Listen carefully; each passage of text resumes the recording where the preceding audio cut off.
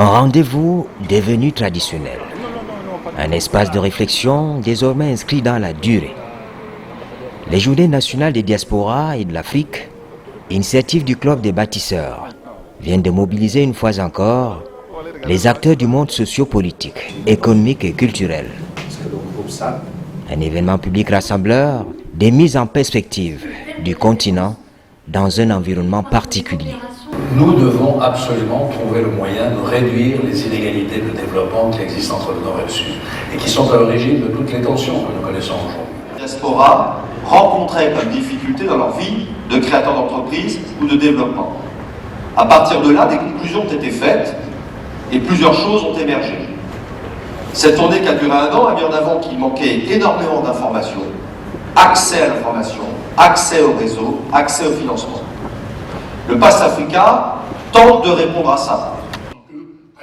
L'idée du concept derrière cette mobilisation, c'est de mettre en lumière les initiatives économiques des diasporas africaines à travers la France, l'Europe et ce qui se fait localement sur le continent. La diaspora est une valeur ajoutée. Aucun pays au monde ne peut se développer sans cette. Mais vous avez également de l'Afrique. Soyez moins exigeants, soyez plus tolérants, un peu plus tolérants vis-à-vis du monde. C'est vrai, on doit aller plus vite. Notre mission, c'est d'accompagner le gouvernement. Vous savez, le Parlement ne gère pas la nation. Quand l'enfant arrive, il fait confiance à la famille et il est déçu. Et tout ça là, quand les gens reviennent, ils disent « Oh, le Cameroun ». Ce n'est pas le Cameroun. Je pense que les clignotants sont pratiquement orange. Et ça risque de passer. Et chacun doit jouer le jeu. La présence à Bordeaux des représentants des États d'Afrique, du monde, des affaires, a donné lieu à un échange ouvert sur la possibilité de créer des synergies pour construire des partenariats. L'Afrique et d'autres pays en développement déjà confrontés aux défis que constitue l'absence de marge de manœuvre pour adopter des politiques et des dispositifs institutionnels adaptés à leur niveau de développement et à leur fragilité et spécificité, se sont retrouvés particulièrement exposés, comme nous le savons. C'est pour cela qu'ensemble, et avec nos gouvernements, nous devons impérativement obtenir auprès de l'OMC l'ouverture en urgence d'une réflexion profonde sur les modalités de mise en œuvre de l'option de libéralisme en vigueur.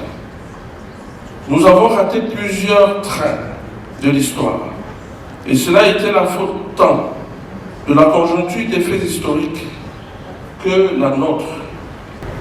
L'Afrique sera soit l'accélérateur du développement mondial, si ces potentialités sont effectivement transformées en réalité, soit une source de nouvelle pauvreté pour elle-même et d'autres continents, notamment l'Europe, du fait de la proximité géographique et de la démocratie.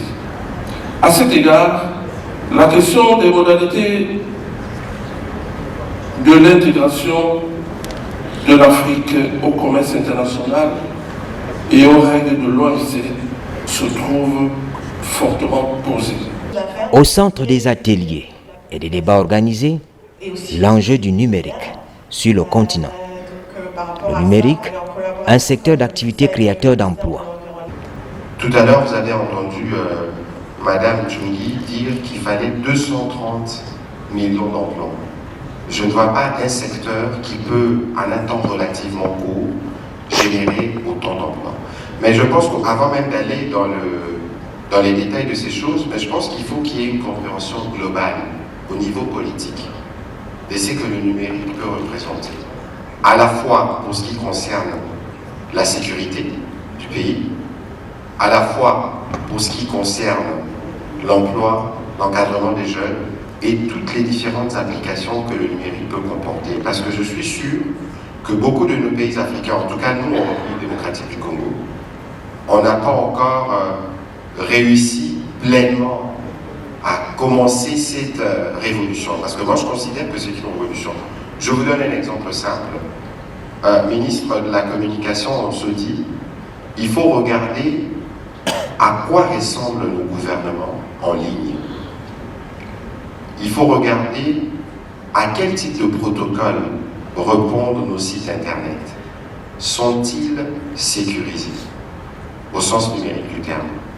Regardez nos identités graphiques, simplement, les comptes Twitter. Est-ce que si vous parcourez, vous faites une forme de monitoring de gouvernements africains, est-ce que vous serez sûr de retrouver la même charte graphique pour les différents comptes Twitter, les différents comptes Facebook, les sites internet? Ça peut vous paraître banal, mais c'est le point de départ qui, de notre point de vue, donne une idée de la compréhension même de l'enjeu, pour ce qui concerne ne fût-ce que l'organisation à ce niveau-là.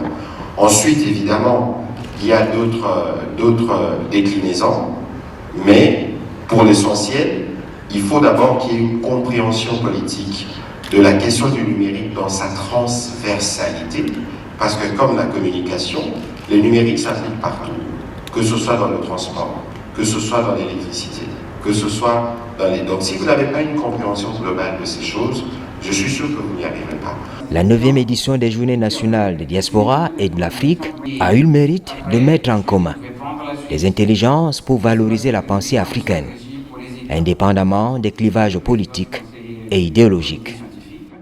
L'événement qui nous réunit aujourd'hui nous offre, à nous Africains et Afro-Européens, qui nous battons tous les jours pour innover, créer et développer l'opportunité de nouer des partenariats stratégiques avec des investisseurs qui croient en l'avenir de notre continent. Il n'est pas meilleur lieu que la France pour l'abriter. Cette France qui est le premier créateur de start-up d'Europe continentale. Nous devons apprendre d'elle, comme elle peut apprendre de nos écosystèmes embryonnaires, mais oh, combien créatifs. Apprendre à mettre en marche ces petites entreprises et les faire grandir. En conclusion, je suis convaincu que notre réussite dépend de notre capacité à créer une communauté de bienveillance franco-africaine, où nos différences seront respectées, une famille expurgée de toute intolérance, une communauté de bienveillance empreinte d'estime mutuelle soudée autour de nos affinités culturelles, des aspects positifs de notre histoire commune et de la langue que nous avons en partage. Au-delà de la question de l'intégration de l'Afrique dans le commerce international, il faut voir une réflexion d'ensemble du développement intégrant les dimensions artistiques, sportives et culturelles. En effet, les journées de l'Afrique et de la diaspora sont devenues un grand moment d'introspection et de projection. Un espace de réflexion et de questionnement sur la mise en perspective pertinente et efficace de l'Afrique dans un monde où la turbulence et les crises multiformes sanitaires, économiques et sociétales sont en train de devenir des paradigmes permanents. Et la formulation de la thématique de nos rencontres en dit long sur les bonnes intentions des organisateurs et leur souci de contribuer de manière significative à un véritable décollage de nos pays. Je cite, vers des partenariats innovants avec l'Afrique. Fin de citation. Il s'agit ici, à n'en point douter, d'une énonciation qui sort le continent du vieux cliché d'assistanat et des pourvoyeuses de matières premières ou encore de main-d'œuvre pour le situer à partir de relèvements psychologiques dans des échanges mutuellement bénéfiques dans lesquels les partenaires se respectent, se valent et œuvrent ensemble en synergie pour la prospérité bien comprise de leur population. En réalité, il s'agit là d'une option irréversible, d'autant plus que l'innovation dont il s'agit, celle où les intelligences se rencontrent pour s'osmoser et garantir une pérennité de la vie, est directement liée à la préservation de notre humanité commune.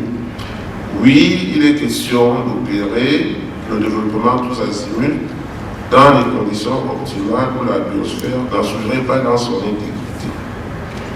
Mesdames et messieurs, le gouvernement camerounais, naturellement, n'est pas en reste face aux exigences et contraindre la transformation de l'Afrique et le monde et du monde en général.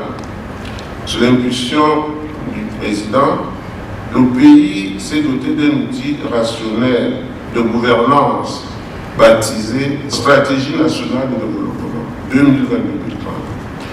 Elle constitue le canevas des orientations stratégiques qui doivent conduire harmonieusement le pays vers l'émergence, parce qu'elle dote le pays d'un cadre de référence qui assure la gouvernance et le socle sur lequel repose la transformation structurelle. Pour l'ensemble de ses ressortissants. À tout prendre, Bordeaux, depuis 2013, est devenu, de la volonté même des initiateurs des Journées nationales des diasporas et de l'Afrique, l'épicentre de la relation réinventée entre l'Afrique, la France, l'Europe et le monde.